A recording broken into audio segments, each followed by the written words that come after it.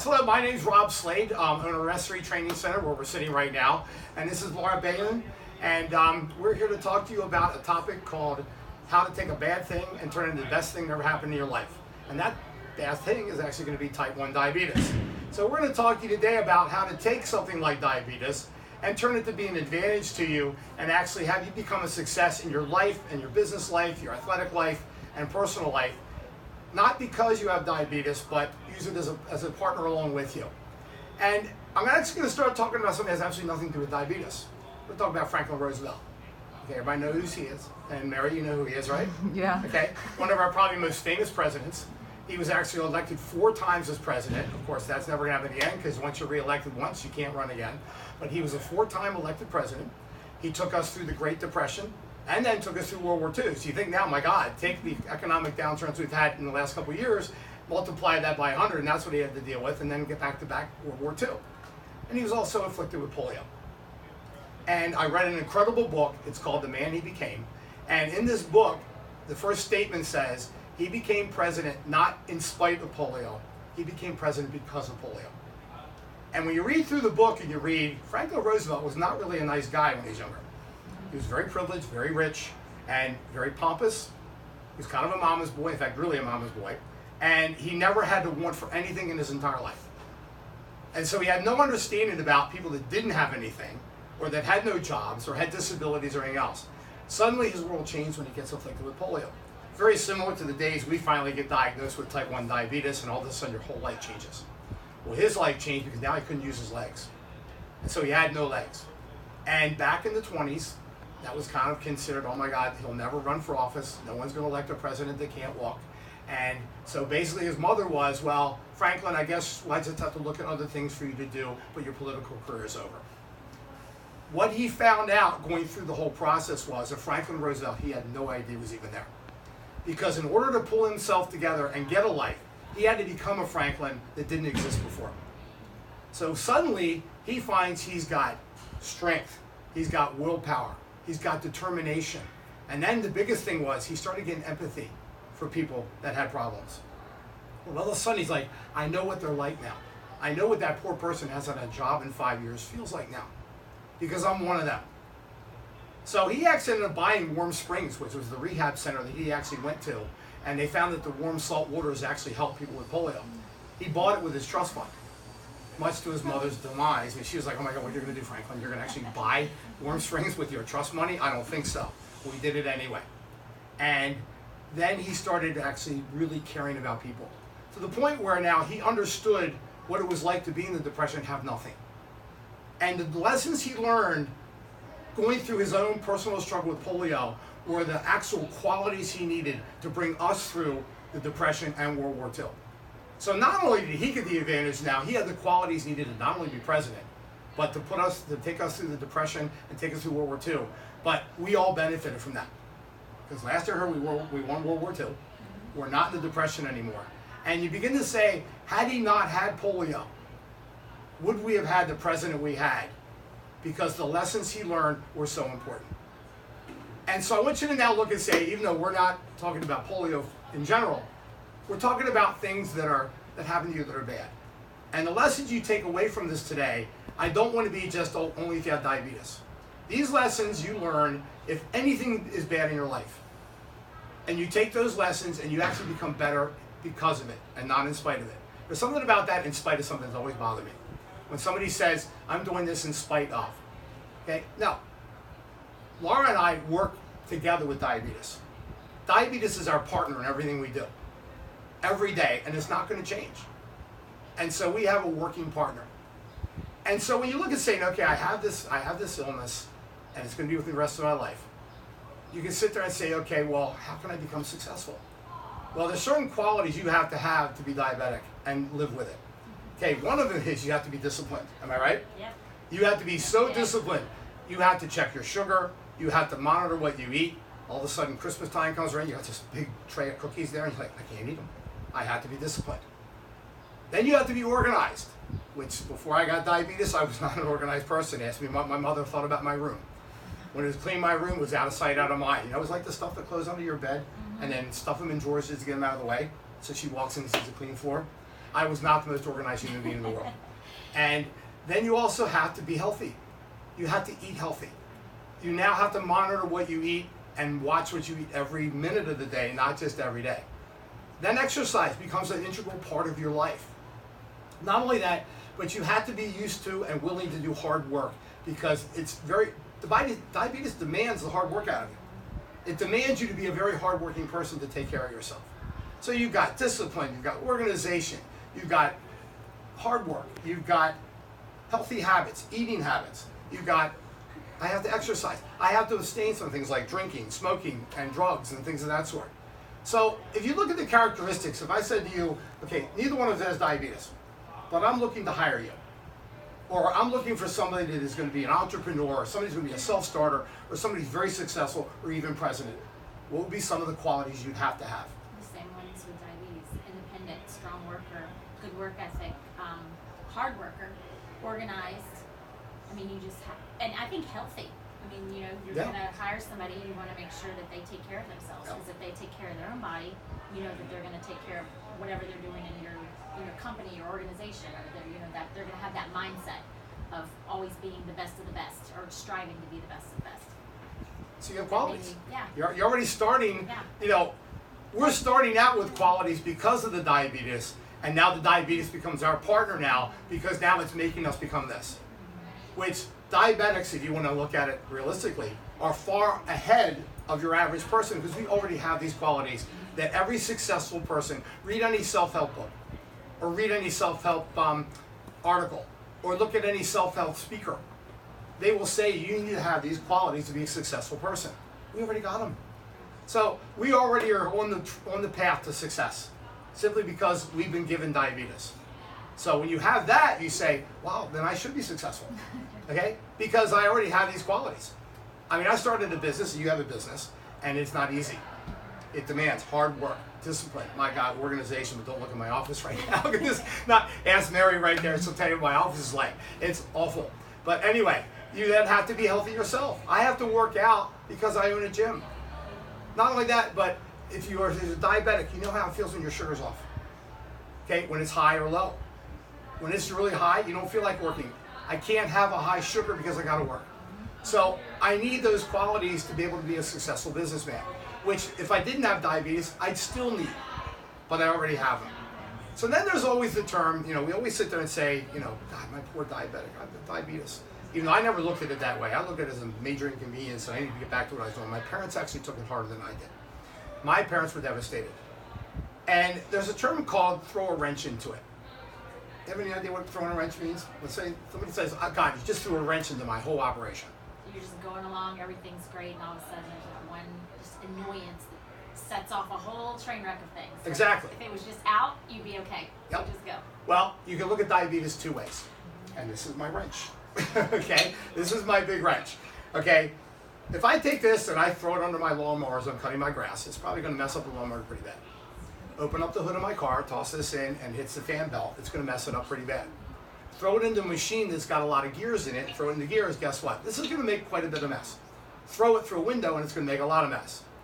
So look at this as your diabetes as a wrench. Okay, I could look at it as, oh my God, the diabetes just threw a wrench into my whole operation and ruined everything. Or, you know what this thing was really meant for? To build things, to make things, to create things. So when I look at the real use of this, if I'm going to build a car, if I'm going to create a machine, if I'm going to do anything where I be creative, I need tools, and this is a tool. So you can look at diabetes one of two ways. You can look at it as, oh my God, I threw the wrench into it, and have this, oh my God, everything's going bad, my diabetes has wrecked my entire life, or this or that, when it really hasn't. Or I can say diabetes now becomes the tool that you can actually use to be successful. So by the end of this video, you should be able to look and say, okay, diabetes actually now is something, not only do I have to live with, but I can become something that I could never thought I could be. Franklin Roosevelt was one of our greatest presidents, arguably. And to take us through what he went through, and to be known forever in eternity as a great president, because of polio. What he learned from doing that is a lesson everyone, not just diabetics, but everyone needs to learn that has an affliction or has some type of bad thing happen in their lives, that taking the lessons and learning from them and use it as a tool. And that's with anything you have. So with that being said, in the introduction now about what we're going to talk about today, I'm actually going to have Laura first off tell her story about her diabetes, the good and the bad and the ugly. And I'm going to tell you the good, the bad, and maybe the really bad to my parents. It was part of the problem. And she's going to be real honest with you, because there's a lot of you out there that have gone through the same things we've gone through. Okay, the dating process. Oh my God, I'm going to a party, how do I act? Or my God, what happens if I don't have sugar? Or somebody saying a snide remark to me like, oh my God, you don't look sick. Okay, all those things we deal with. And then there's the, well, should I go away to college? I'm going to be away from home. Should I go to Europe? Okay, and Laura, I've traveled extensively, and I know I see on your Facebooks, with her business, she's all over the place, okay, and how she deals with that. So after we give our story, then we're going to go through a question and answer thing where I'm going to ask her to be candid about a lot of things. So I'm going to turn it over to Laura right now, and she's going to tell you her magnificent story that started at 19. Yeah, 19 years old, Yep. yeah. And she's an entrepreneur, self-made business person. She's a nurse. She not only is a nurse, but she also is a motivational speaker, and again, type 1 diabetic. So with that, I'll leave it to you, and I'll put my wrench down. That's a big rich Yeah, it's a big one. Thank you so much, first of all, for having me and allowing me to be able to share kind of my story and what happened with me. Like Rob said, I was 19 when I got diagnosed. I was in college. I think I was a sophomore. I was going into my sophomore year of college. I was in a sorority. So you can imagine partying, the late nights, the not eating healthy, drinking. I worked 2 jobs and I was taking a full course load. And I started just not feeling good. And I could attribute it to everything else. Like I was losing weight, which I was super excited about because I thought, how about losing all this weight when I'm eating and drinking junk? So I was excited about that. I wore contacts at the time and my vision started getting blurry and I thought, I just need new contacts. Went and got new contacts. I was extremely thirsty. Didn't really know what that was about, but just, tired all the time. And I just thought that's because I'm a busy, So I could attribute everything that was happening to me, all the symptoms. I knew nothing about diabetes. Nobody in my family had diabetes. I didn't have any friends that had diabetes. Only thing I knew was you can't eat sugar. And I'd heard that on TV or somewhere. So fast forward, I got a really bad infection, ended up having to go to the doctor, and long story short, before it was over, he was the one who diagnosed me, and my blood sugar was 1100, which I don't know if you know anything about diabetes or not, but that is like basically coma level. I mean, it's a miracle that I even could drive into the doctor's appointment that day. So I was admitted. Like Rob, my parents were more devastated than I was. They blamed themselves. My mom blamed herself. Was it something she did when she was pregnant with me? Should she have eaten or drank something different? It was a whole thing. To me, it was more, I was annoyed. Why is this happening to me? I'm busy. It's October. Homecoming's up. I've got to get back to school. I've got friends to see. I've got parties to go to. I'm missing this big party on the weekend. I was just annoyed and really did not pay attention. I spent 2 weeks in the hospital, some of it in the ICU, for them trying to regulate and get everything, and then to teach me. The teaching part was hard because I was not open to listening. I was not open to understanding the impact that diabetes was going to have on my life for the rest of my life. And I even remember thinking, this is just like a virus. This is going to get better, and it's going to go away, and then I'm going to be okay, and it's not a big deal. Or one day they're going to come up with a pill that I can just take, and nobody has to know. So I was kind of, very much didn't want a lot of people to know. Everybody who I was close friends with knew because I was in the hospital and they came to visit. But as I started, getting older, getting further in my college career, meeting new people, dating more, I was very hesitant to tell anybody that I had diabetes because I started to look at it as, this is something that's wrong with me. This is a crutch. Nobody wants to date someone who's broken, who has, an illness. Especially if I ever had a hypoglycemic reaction, like a low blood sugar, where you do need someone to help you if you can't help yourself. I don't want to burden somebody with that, or are they going to think I'm weird, or all these thoughts. So as I went into my more heavy dating life and subsequently met my husband, even when I first started dating him, I remember really having a conversation with myself and struggling. Hiding. At the time I wasn't wearing an insulin pump. I was using needles and taking injections and hiding them under toilet paper in the trash can so when he came over he wouldn't see them. And we probably dated a solid 4 to 6 months before I ever let him know anything about diabetes. I mean, I would go to the bathroom to check my blood sugar if we were out. You know, I was very careful, almost to the point where I kept my blood sugar a little too high if we were sleeping, because I didn't want to have a hypoglycemic reaction during the night and he wouldn't know what to do because he didn't even know I had diabetes. All these things. And finally one day I just said, you know what? I really care about this person. There's a chance that we're going to spend the rest of our lives together. This is ridiculous. Like, I have to let him know. So I did, and he was like, big deal. What's the big deal? Like, you know, this doesn't change things. This doesn't. But what he saw was, he's like, Laura, you're living your life. You're independent. You're working. I was working as a nurse at the time. I worked at Johns Hopkins, and you know, he's like, you're taking care of things. They show me what I need to do, and that's it. So then I started to realize, you know, this is really not as big of a deal as I'm making it. It is more, even today, it's more of an annoyance than anything. You know, with diabetes, you have to always be prepared with your snacks. Every time you go anywhere, do you have stuff in your bag or your purse? You've got to have all your blood sugar equipment. It's a lot, and when you're planning for your family and outings and vacation, I have 3 kids. I not only have to think about what I have to plan for them, but I have my whole diabetes. You know, do I have all this lined up? It is, but like Rob said, it's the qualities that I always had in me, but I think kind of got squelched in college, but that I realized came back out with my diabetes, is being independent, being strong, being organized, always being proactive. It's not, people think, oh, you know, putting yourself first, you should always put others first. Absolutely not. I believe in self-care and self-help. If you're not healthy and you're not doing what you need to do for yourself, you're no good to anybody else. You can't put anybody else first if you're not putting yourself first. And, you know, I mean that in the best way possible. But for me, the turning point in all of it was, I decided I did want to get my degree in business that I was doing at the time, decided I wanted to go into nursing because I really had this yearning and this longing to help other people. Got my nursing degree, practiced nursing, but even then I was still kind of going through the motions.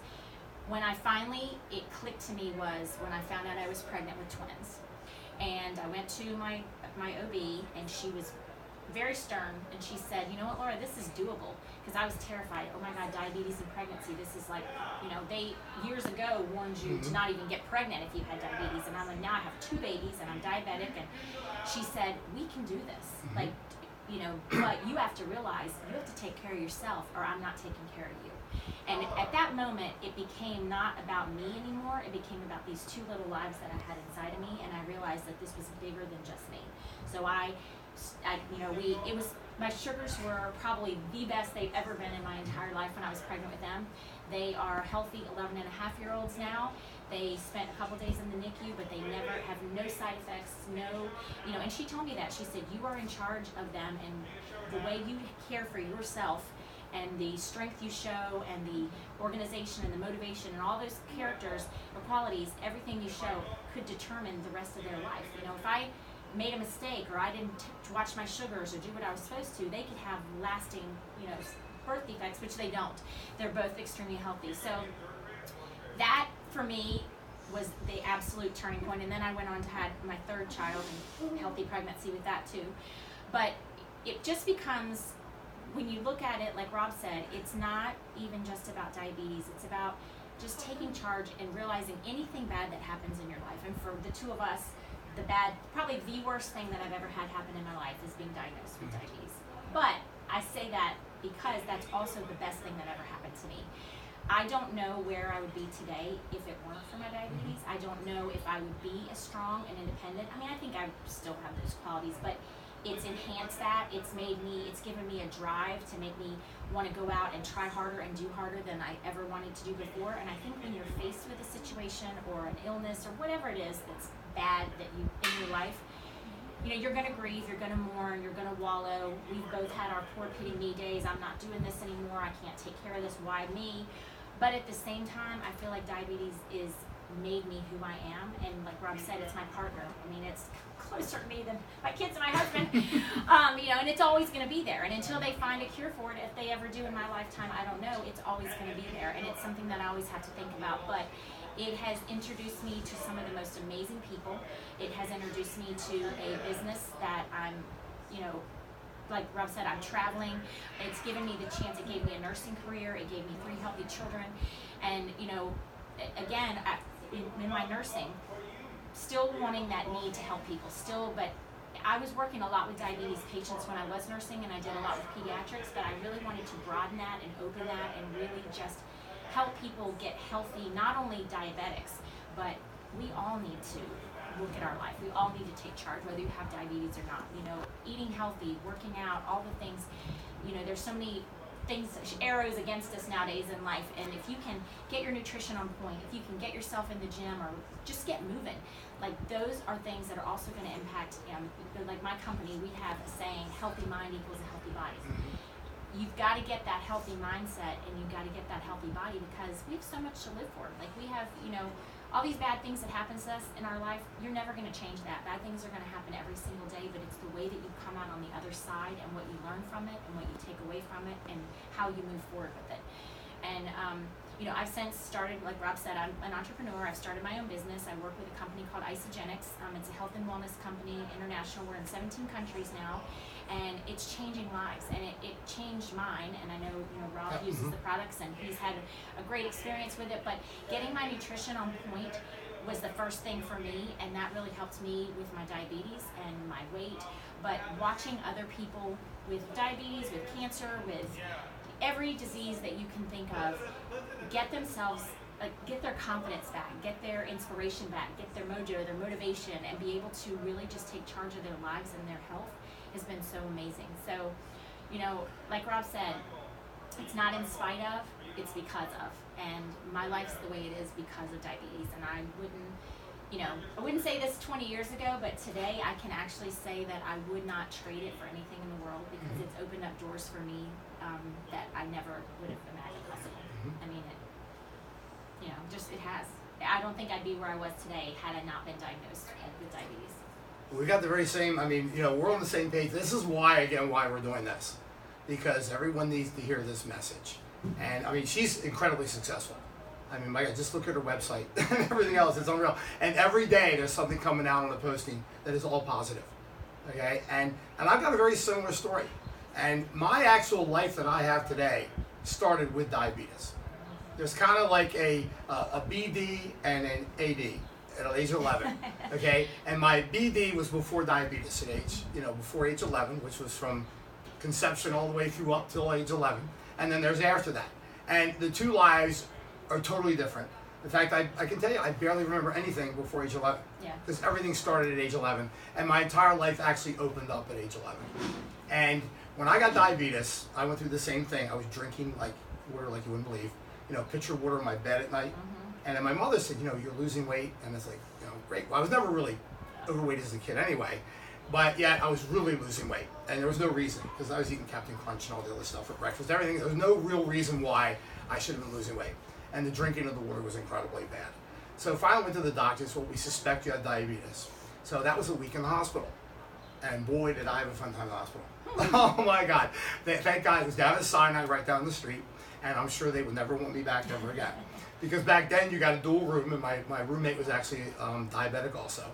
And they went through to try and see whether, back then it was either adult onset or juvenile diabetes.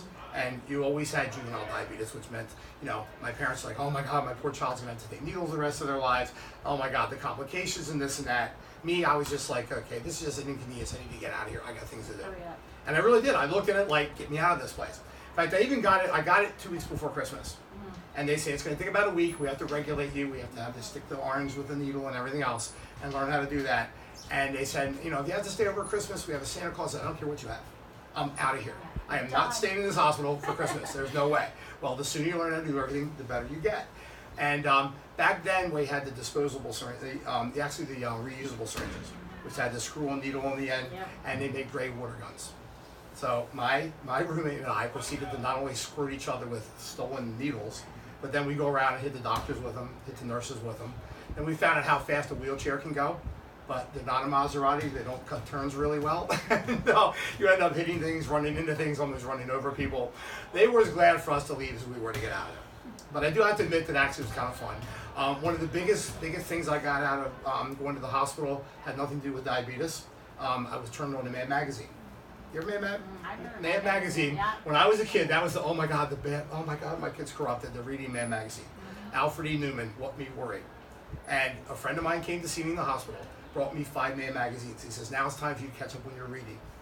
okay, at age 11. So I got turned on to Mad Magazine, and it was a wonderful thing. So I get out of there, and all of a sudden I realize, I can't eat sweets anymore. It's Christmas time, and there's big Christmas cookies there. There's food. There's coming out the ears on it. Worst time to be diagnosed with holidays. Yes, Oh. and I do have to admit, yes, I cheated. I conned my mother, even though my mom knew more than I did about the whole thing, and she knew how to catch me. Remember the big tins of Christmas cookies? Well, I go in and grab a handful, but I said, she's going to notice I took them. So what I did was I jumbled them all up to make it look like I didn't take them, but then she started counting them. So I was like, okay, this isn't going to work, because now she's hiding and locking up the Christmas cookies. So now I need a legitimate reason to actually eat more. And I finally realized if I go running around the block, and I was never a big runner, taking the presidential physical fitness test in gym class was the most nightmarish time in the world. I usually walked it, and the gym teacher sat there and never even looked up at me and said, okay, Rob Slade, 14 minutes for a mile. I'm like, okay, well, because I walked it and didn't care. Yeah. And BD, before diabetes, gym class was the worst class of my day. It was a nightmare. It was a class where they catered to the great national athletes. They picked up teams where great national athletes are the team captains. And you and I are standing there, the last one's picked, okay, which one's going to be picked last? So it was humiliating. All of a sudden, though, I start running, which I never did before. And it had no reason why I need my cardio, it had to do, I want Christmas cookies. And I got to get my sugar down.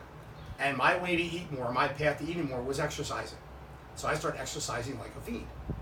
Then I started getting Strength and Health magazine, which goes way, way back to York Barbell and everything else. I started reading that. So I wanted big arms. You know what my first weightlifting thing was? Campaign. Can of paint. Empty can of paint, and I put dirt in it. And I did curls with it. Okay, now after a while that gets to be a little rough on the hands. So then I went out and bought my first weight set with lawn cutting money. Because I realized now, not only did I actually want to eat more, but my body started to change. I mean, dramatically. I was like, I'm actually looking pretty good. And all of a sudden one day I'm like, Cut arms. that's a bicep. I said, I like this. So, in fact, Mary's going to show you a picture of what I ended up looking at. That's my wrestling picture when I was 17 years old. And after all the working out and everything else as a type 1 diabetic and an athlete, that's what I looked like at age 17. So it actually worked. And I went from being a person who actually could be bullied. I mean, bullying when I was a child was pretty rough, to being now the person that the bullies actually left me alone, and then they were started to get to know me. All of a sudden, coaches or phys ed teachers wouldn't give me the time of day. Now, guess what? You need to come out for this team, that team, that team. Even to the point where in high school, and don't get me wrong, I actually took full advantage of the, big man on campus thing. And, when I wanted to work out, gym teacher said, okay, you and your friend Brian, who was next to me in that picture, you guys can go in the weight room while we're actually doing our gym class. And I took full advantage of it. But what I learned from all that was BD and AD. I remember what BD was like, where I was not the big man on campus. Suddenly now I get diabetes, and now I'm AD, which means now I am like big man on campus. People notice me. And the one thing I never forgot was what it's like to be BD. I never forgot. So what I ended up getting from all this was I got a lot of great compassion and empathy.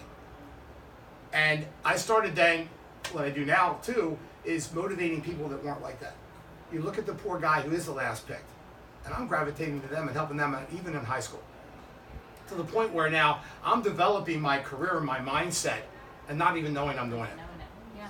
So as I went along, and all of a sudden now my whole life has changed. I'm actually big, I'm huge. People are actually surprised. I walked down the boardwalk, and I told you the story at the beginning. Dating was a real scary thing sometimes, because again, you didn't want that. Oh my God, they might think something's wrong with me. And I remember walking down the boardwalk, and back then you could walk down there without a shirt on, and I've got my cut-off jeans, and I'm jacked like I am in that picture, and girls walk up. They think, wow, look at these guys. So all of a sudden they look at my medical alert tag, and they say to me, you don't look sick. I was mortified. Even though I should have said, yeah, I'm not sick. I'm not sick. In fact, I'm actually stronger than most of any guys you know. So my life totally changed at that point. I went on from being a high school athlete, I went on to be a collegiate track and field athlete. I was a discus and hammer thrower. At the time also I became a phys ed major. And I started now telling my mom I wanted to open up a gym.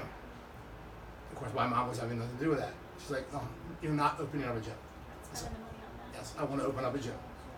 you're not opening up a gym. You're going to be a physical therapist. Well, funny how that worked out. And now I own a gym. And not only that, but then I started doing all kinds of activities. I started scuba diving at age 12. And I always wanted to be a diver. And I remember reading my first New Science of Skin and Scuba Diving, and they had 3 medical conditions you couldn't have and be a diver. One of them was epilepsy, one of them was asthma, and one of them was type 1 diabetes. Yeah. My doctor saw it otherwise. My doctor was also like my stepdad and my best friend's father. Actually took us diving. Actually got me started in scuba diving. And he was actually the inspiration to, you can do anything, regardless of the fact you have diabetes. So through him, I started scuba diving, I started sailing, I started riding motorcycles, I started really actively exercising and riding horses. And then I started doing all kinds of things that even people without diabetes don't do. Even to the point of my mother was like, my God, why can't I have a child that actually sits still and watches TV? And so I was not like that. But as time went on, I then channeled into a career. I then opened up a gym. I started training sailboat racing teams. I travel around the world. I travel across the country, go everywhere to train them, which actually created a few little rough patches. But we're going to talk a little bit about planning and everything. I had it down to a science, how to travel, how to sail offshore, and things of that sort, so it never became an issue. Then I ended up turning a business where I teach kids all day long. I motivate and inspire not only kids now, but special needs kids, people with chronic illnesses, and even expanded now into working with adults now. And spend the entire day inspiring people to be what I always wanted to be and what I would not have without diabetes. And I actually look now and I say, thank you, diabetes, for the life you've given me. Because I know for sure I would not be who I am now had I not had it. I wouldn't have the compassion I have. I would not have been the AD-BD and be able to compare the two. And I sit there and say I might have been the AD the rest of my life. And now I actively work out. I work out every day. And again, it has not always been rosy. And I'm not going to sugarcoat things. There have been times. I mean, you go through the anxieties. You go through the point where like I had a low in the middle of the night, and then I ate too much sugar. And next thing you know, I wake up in the morning, I got a 400 blood sugar because I ate too much. Or you sit and say, okay, well, I'm having a low blood sugar and I'm in the middle of something. Okay. In fact, Laura and I had a conversation. I started taking your shakes, and which I swear by. This isn't a promotion of what she does, but back in Easter, I had a plan to do 100 miles at least on my mountain bike Easter weekend. So it was 60 miles on Good Friday. So I'm talking to the people here in the morning. So I got to get out of here. I got to go do my 60-mile ride. 60 miles is a hike for me. That's a long ride. That's almost York, Pennsylvania on the NCR Trail. And what I didn't want to have was my diabetes be any of an issue at all. Because being diabetic, you have a low, you're shut down for half an hour until you get it back. Or if you have a high, you're so groggy, it's like I can't keep the pace up and I'm not going to make this ride. So what I did was I said I need some kind of steady state, low absorbing energy that allows me not to have highs or lows. And that was planning. I mean, I planned that all out. And I sent you a message right after that about how it was so awesome, the fact that I nursed the shakes the whole way. I had 2 in my backpack and had 1 in my bike carrier. And not to promote her shakes, what I'm really doing is promoting the fact of advanced planning. I didn't have 1 high or low the entire 60 miles. Now what I did was I ran into a thunderstorm and I got soaked. But I made the whole thing, and there was no time where I ever felt bad on a ride. But those are the things you look and say, now I'm organized, okay? And we talk about that. And so diabetes, yes, definitely changed my life. And I don't say there's any time ever regret having it. And I look back now, and I have what I have here now, and that path started the day I was diagnosed. And because of the way I did it, I planned that whole route and ended up having everything. I've had so many positive things out of my life. I mean, I have done things that I look back, and Mary can attest, and she just hears my stories sometimes. I mean, I was a firefighter. I got my firefighter gear hanging up in my office for a research study I did. I mean, you look back and you say, I've had experiences beyond what most people ever had, and that's with diabetes. And knock on a lot of wood, there's never been a time where I've had, a situation where I've been out sailing offshore or anything else where I've actually had, oh my God, this is a medical emergency. And we're going to talk about planning in a second here. But this week we want to tell you about our stories, because we've all been through the same stuff. We all went through the diagnosis. We all went through, oh my God, I've got this. And then you got it at a different time I did. You got it in college. I can't imagine me getting in college. College was a lot of You fun. already got your headset. You're not changing. You're not. Oh yeah. Yeah, you think you know where you're going. Oh yeah. So now that you know our stories and the fact that our stories are probably a lot like everybody out there, and one of the biggest things about this talk is that sometimes you feel alone when you don't know anybody has the same thing. Like I'm like now, I feel better actually when you were talking about you talking about how your sugars were 1100. That's high. But now I don't feel so bad now saying when I was a kid I actually had some sugars that were kind of like that too. And when you talk, it's almost like a support group. It is. And when you look and see, I have my dream as a gym, you have your dream business. And we're actually very good, not to toot our horn, but very good at what we do because of the diabetes. Right.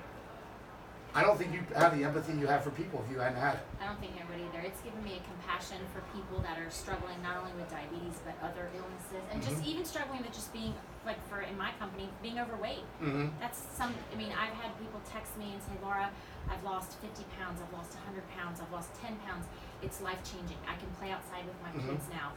I can run. I can walk up the flight of stairs in my home or to my office at work, and I can breathe. I mean, those things to me, that's the kind of thing that keeps me awake at night. Like that, my passion for that. I just have such a passion for helping other people get healthy and changing their mindset and just realizing, we're all human. We're all in this together. We've all got our days of ups and downs, but if you can change someone's mindset and you can get them in that thought process where they are realizing that, yes, bad things happen to us, but take your time, wallow in it, feel bad for yourself, but you're still gonna have those. But ask yourself, what can I get from this? You may never know why it happened to you. I've asked myself a million times, why me? Why God? Was I the one? No one in my entire family, both sides, has any sort of diabetes, type 1 or type 2, but me. But I don't have the answer for that, and I probably never will be until I'm on the other side of the pearly gates. But what I do know is while I am here on this earth, that I can make an impact on people's lives, and I can help people, motivate people, and inspire them to do better and to try harder and to be the very best you can, because we have one life. And my mom and dad will laugh if they watch this video, but they know I've always said, you can sleep when you're dead. And I never want to die or be on my deathbed and say, I wish I had done that. I never want to regret. And I teach my kids that all the time. Like, you want to do every single thing that you have ever dreamed of and you've ever thought of, whether it's own a business, travel, whatever it is. Change your mindset, get yourself organized, and just go. Just go. Like, don't sit still. I'm not going to do it. And I'm not going to let I'm not going to let any sort of bump in the road or a wrench, slow me down. The wrench. I'm not going to let a wrench slow me down. I'm going to throw that wrench out. I'm going to repair that engine, and I'm gone. That you just use it to build things. Let me ask you a question. Yeah. Was there ever a time diabetes ever scared you? I don't know if I was ever scared. Even when I was in the hospital, I wasn't scared. I take that back. The only time I was ever scared was when I was pregnant with them, because I was very worried about if I make a mistake, if I do one thing wrong, is it going to affect them? Other than that, I don't think I was ever scared. I was more annoyed. Why? This is so lame. I have to take a big bag. Nobody else. We're going out to a bar. Everybody's got their cute little purses, and I've got this bag with all this stuff. It just was a nuisance constantly. Always having to worry. In my car, do I have snacks? Do I have, and you have to plan for the summer. Do I have a snack that's going to melt? Oh my God, now my sugar's low, my snack's melt. It was annoying, making sure that when I went to bed at night, I always checked my blood sugar before I went to sleep, because if I didn't, I could wake up at 3 a.m. or not wake up, or, it was, I think scared the only time was when I was pregnant. And that's because I had 2 other lives that I was responsible for. And if I didn't do what I was supposed to, then, Yeah, I noticed when, and the only time I was ever, actually, I wasn't scared because I always planned it ahead. I always asked, especially being when I took my scuba diving instructor certification, they were like, okay, you're the first diver in the country to become a certified scuba diver instructor with diabetes. And we're talking 1986. It was a long time ago. And things were a lot different back then. Even though you say it's not all that long ago, but things have changed a lot since then. And they're like, okay, explain to us how you would prepare for a day of checkout dives, because you need to be more organized than anyone else. So I planned in every contingency. Okay, I had I came up with a game plan. I had to present to them. This is what I do. This is what I check my sugar. This is what I do as a game plan. I've got sugar piled everywhere. In fact, what I did was, the buoyancy compensator you had a little pocket in the front of it. I thought, wow, maybe I could take sugar down below if I get a low blood sugar at 90 feet. So I got this cake decorating stuff, and I put it in the pouch, and I tried it. Yeah, the gel. The problem is the gel doesn't work very well at 90 feet. Because I take the cap off, and guess what? And it starts squirting out the top. No. So I realized, okay, it's probably safer to keep it in there, but then come to the surface and take my sugar. But I had, what alleviated a lot of the fear for me was proper planning. And I've now gone into every aspect of my life now, whether it's going to a football workout, or it's going to work this place or that place, or if I'm traveling somewhere, I actually have a contingency plan for everything. When I travel, I have a fanny pack that never comes off of me, wherever I go. So I've got insulin, I've got my sugar, enough sugar to last a week piled in there, enough Skittles piled into that thing to last for a week. So that way, God forbid, I'm on a plane and the plane ditches, I don't need my luggage. I got it right here. I get to Europe and all of a sudden find out they lost my bags. I've got my insulin. So by planning that, that's amazing how that takes the fear away. And then it just does become an annoyance because like, again, my sugar's feeling a little weird. I'm on a plane. Now I got to go check my sugar. When you say that about it takes the fear away, I feel like that's something that you can segue into all parts of your life because think you have a meeting. Like today, I came here. I had no idea what we were. I mean, I knew you sent me an outline, but you sent me a very specific outline. This is what we're going to talk about. I could tell that you had planned for that. So in the meantime, I planned for that. What I was going to say. So anytime you have an event that you're going into, anything in life, not even just diabetes, planning takes the fear out of that. If you just plan, even if you just write a little couple notes on a Post-it note, you've got that and you feel like you're okay because you've got that as your, in your pocket as your sidekick. But like Rob said, planning with diabetes is huge. Every time I go anywhere, I do the same thing. It all goes in my carry-on. I have an extra vial of insulin in the event that I have. You can ask my kids. We were downtown Baltimore last year, and I went in the bathroom to do something with my pump, and I dropped my vial of insulin on the floor and cracked into a million pieces. And I'm like, frantically, I'm like, there's nothing I can do with this. It's just going in the trash. Well, we were, 40 minutes away from home. I needed my insulin right then. I had to go home. Lesson learned, I now take an extra. Like I always have, extra things with me. But planning's huge. And with anything, diabetes, life, hard skills, anything that you got to overcome. If you just plan, it just gives you that peace and that, little sense of, I got this. Yeah. Right here. And what you also notice too is that you can actually be very incognito about your planning. I was always a big thing that I didn't want to make it look like it was an issue. Yes. And so I have this here, which means like I get thirsty, I just open it up, nobody even knows I'm diabetic. You have sugars around, the kids in here joke when I pull out my Skittles. I've learned really well that you do not this time of year have Milky Ways because Milky Ways don't last long, okay? And not to mention the fact they have a high fat content and they don't really get in your system really well. But you can really disguise it too. You can actually make it a non-issue. I've always been a believer that with diabetes, you make what could be potentially a bad issue a non-issue. When I'm out sailing, I've got that stuff right there with me. And, I'll just say, excuse me, I got to go to the bathroom. And you can check your sugar right there. I've done it on a plane. I've taken a shot in my plane seat. I have too. And at a table at a restaurant under the, and when you have a pump, it makes life a lot. And even now, like you said, so many things have changed because the pump that I have now, I just got told about this like 2 weeks ago. I just got an Apple Watch, and there's going to be an app where you can actually go in and program. You can see your sugar. If you have the sensor, you can see your sugar on your Apple Watch, so you're not pulling it out. And you can actually program what you're going to give yourself. So everybody's always playing on their electronics. You can do it. I know you can do it with some of the pumps on your phone. And people are always snacking. Like now, everybody's on doing their healthy weight loss or their making sure they're getting their protein and all that. So to pull out a snack is not a big deal anymore. Like, it's not like it was when I was first diagnosed. I felt like I was eating all the time. And people were always like, why are you always snacking? Well, I have to, but now it's just not. I mean, it's so much better than it was. I mean, let me ask you a question. I know you do a lot of workshops, a lot of motivational speaking and things. When you're getting ready to do a speaking engagement in front of a couple hundred people, how do you prepare with your diabetes for that? Well, I always within probably 15 minutes or so of speaking, because I never want to get on stage and have an issue, I check my blood sugar, and if it's higher or lower, whatever it is, I remedy that.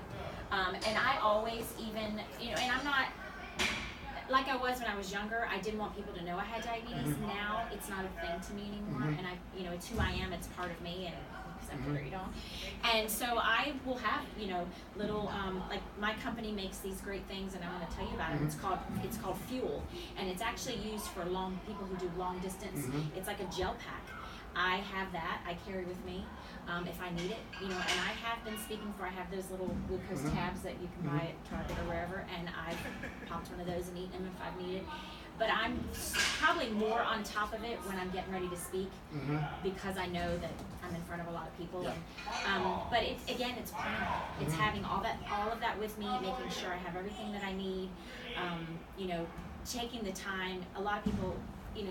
Once you've had diabetes a while, you can start to feel what it feels like when your blood sugar is trending down or when it's getting too high.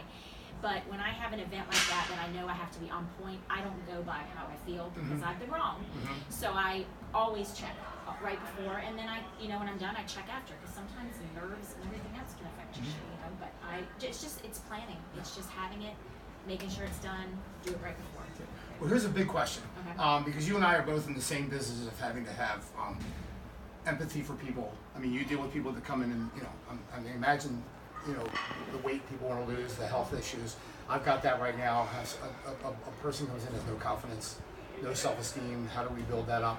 Have you found having diabetes, and how did that affect your empathy for others? In other words, do you think you look at people differently now and understand them more because you're having the diabetes and be able to do your job better? I think I do. I really think that, I always have had a heart for people. Like, people are my love language, and making people feel good. But I think when you live with a chronic illness, it's almost like, even if you didn't have diabetes, if you had Lyme disease, or you had cancer, or you had any other thing, it's almost like you have a link with people.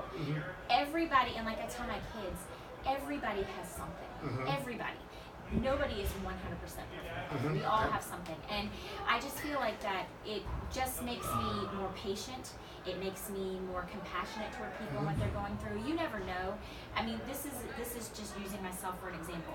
Last year, I had the opportunity to attend for the Philadelphia Eagles. It was an NFL training session that they had at the stadium in Philly, and it was representatives from every NFL team in the United States, and we went and to talk about my nutrition, the company that I work for.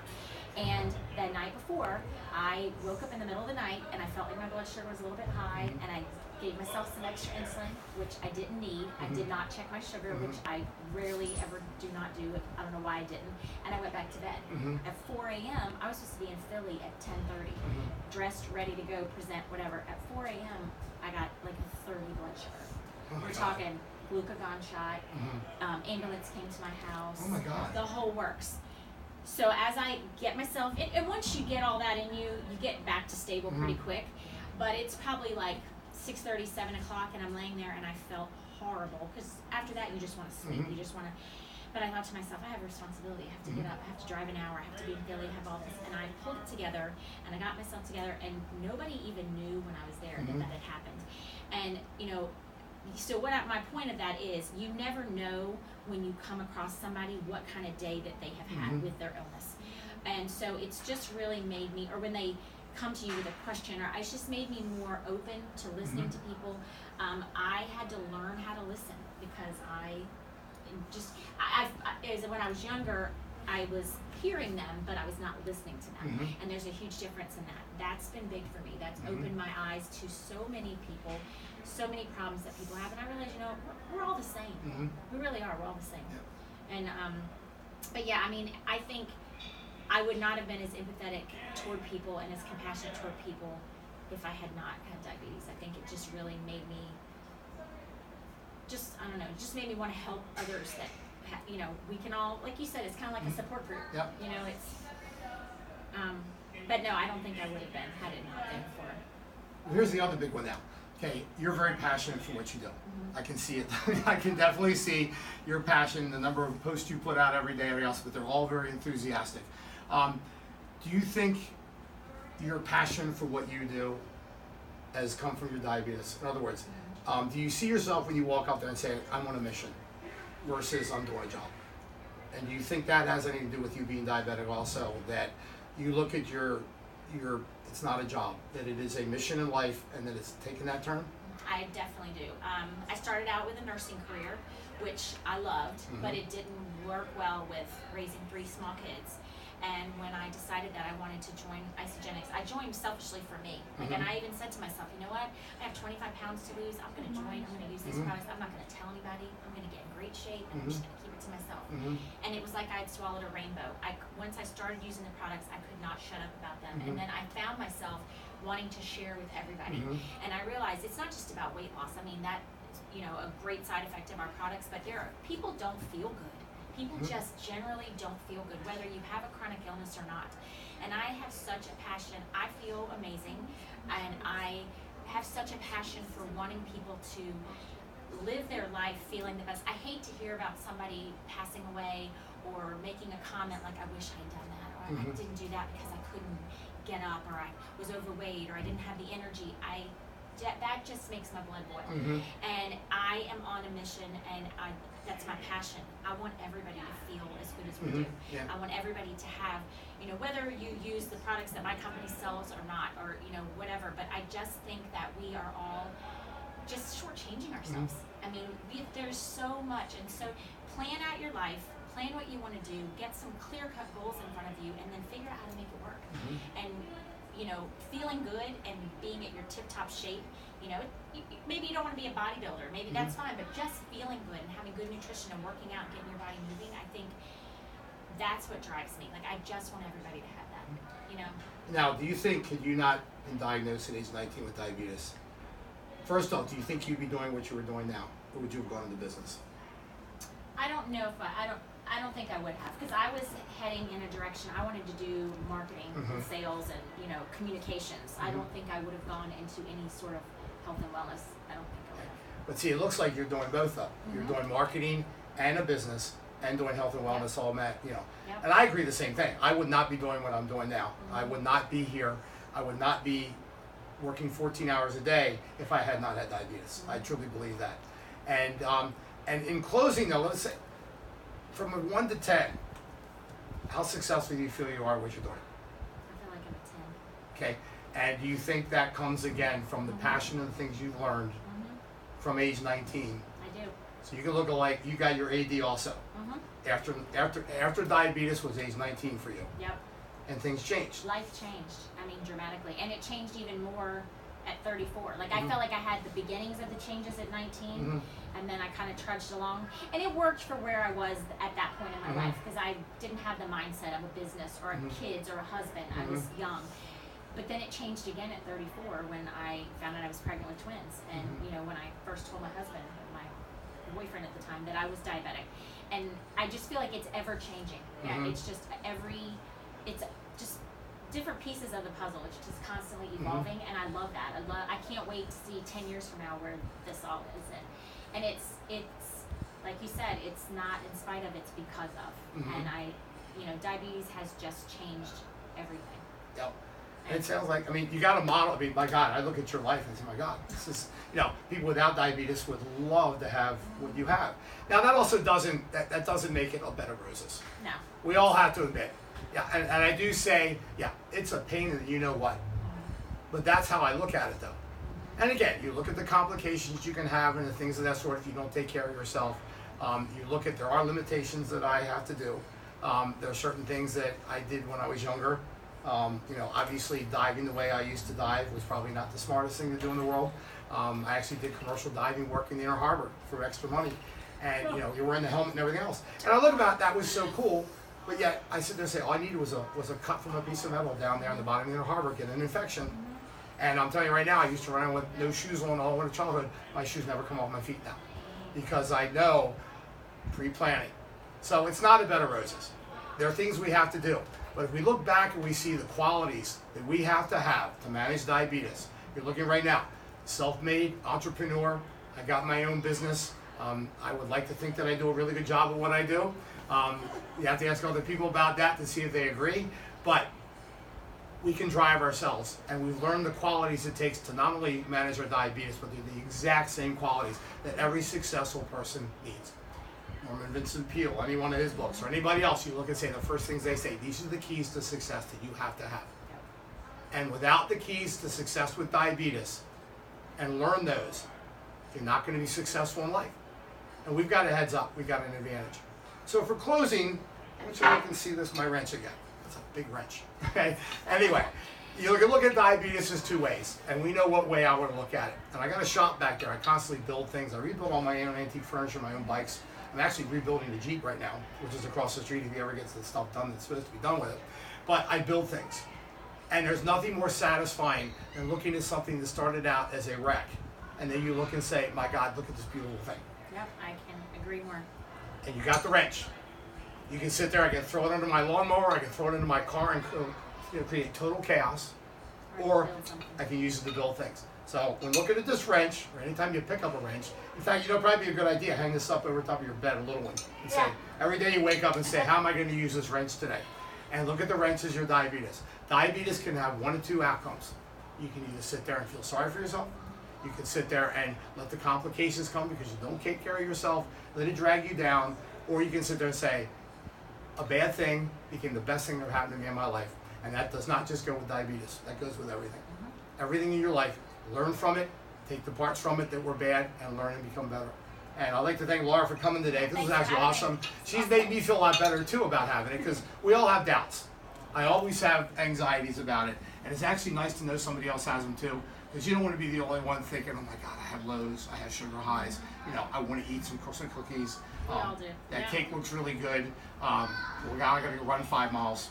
But change your lifestyle around, then you can have some cookies, but then you can also have to work out, your body changes. And again, my picture is a testament to how it changed my life. Your business is a testament. Your shakes are a testament to get me through my 60-mile ride, which was actually great. So everybody, we'd like to thank you all for tuning in. We hope you got a lot out of this. And again, you don't have to be diabetic to get something out of what we're talking about, because now you can now take whatever is thrown into your life, anything that you perceive as bad, and turn it into the best thing that happened to you. Have a great day, everybody. Thanks.